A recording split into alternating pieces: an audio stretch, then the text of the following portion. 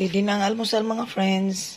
Yan, luto ng fried rice at nagluto ako ng kunting binuwad. Kain tayo. Later. Ito, katatapos lang namin mag-almusal mga friends at dis naman, nanguha mo buwan? Oo, kawayan. Nanguha pala sila ng kawayan. Katatapos lang namin mag-almusal. Tapos na rin ako magpakain ng aso ni Marcos at saka ni Leo. At di namin alam mga friends, ang lakas pala ng ulan kagabi. Mga alas 12. Kaya umapaw na naman tong sapa at nandito si asawa ngayon. Pupuntahan ko siya dahil may ginagawa siya dito.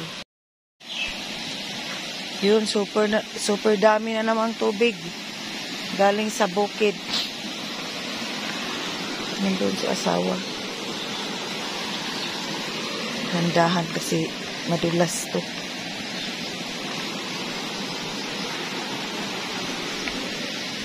Ito na yung kahapon, oh. Tapos na talagang nilipat yung mga motor.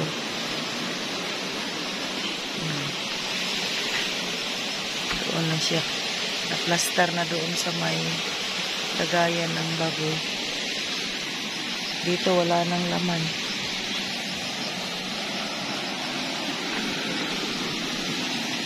Ito kaya 3 tubo to mga friends. Ito doon sa bahay nila Sister Nita. Ito sa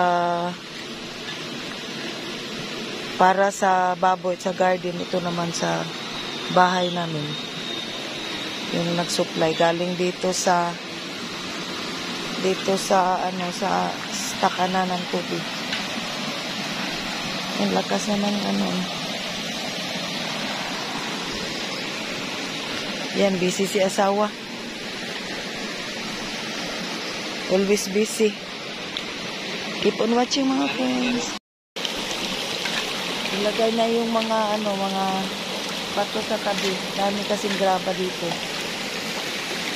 Pag gusto namin gumamit ng bato, walang problema. At saka buhangin. Dito lang kami kukuha.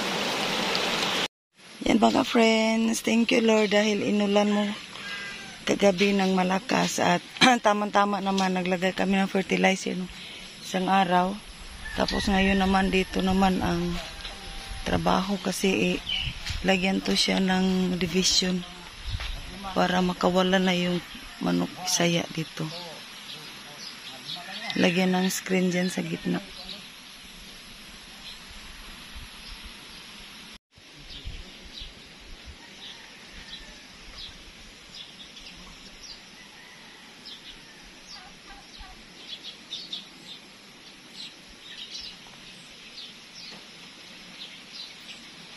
A little longer than a few minutes later.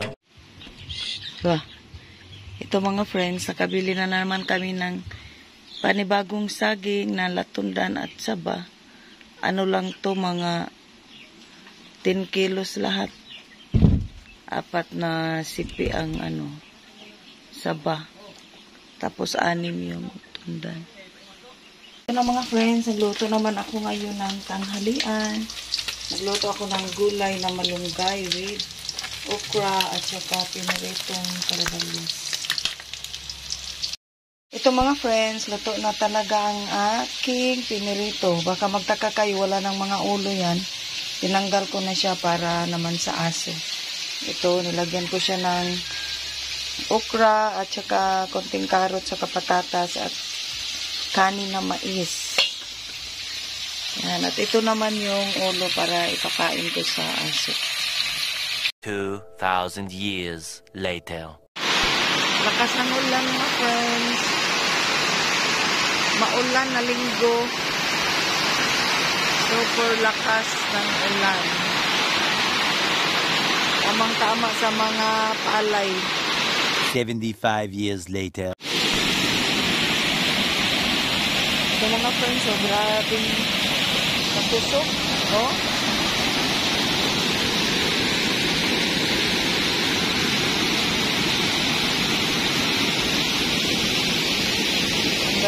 Galing tong tubig na to.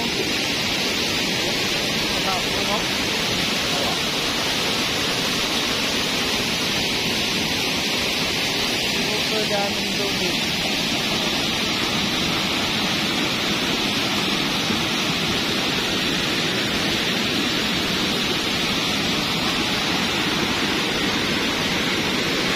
Kanina wala pang tubig dyan. Nung nagbungkal-bungkal si asawa ng mga bato. Yan mga friend, kaya yun. Yung kamatis nandyan, kaya hindi talaga siya tatagal. Nagdadaanan siya ng tubig.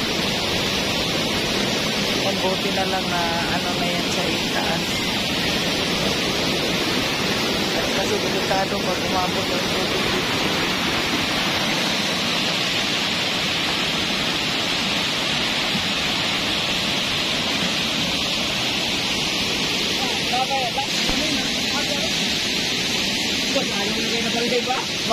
Adto ko bi mag-video. Ito pala ang tirahan ni Marcos at saka ni Leo. Yan, dito ako mag-video mga friends. Grabe laki ng tubig.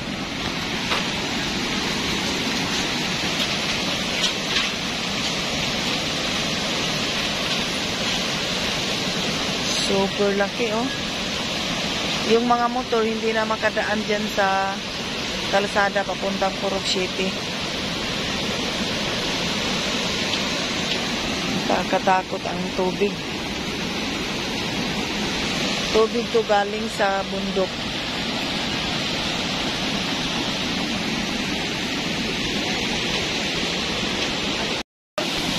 Ito na mga friends, ang kalsada. Nandito ako din.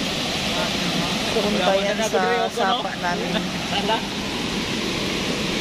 Yan, sa kalsada na ni, oh. Kalsada nga, ginawa na ginawa. Kalsada ginawa ng tao. Yan, galing yan doon sa bundok. Taga-asa may gagama ini? Taga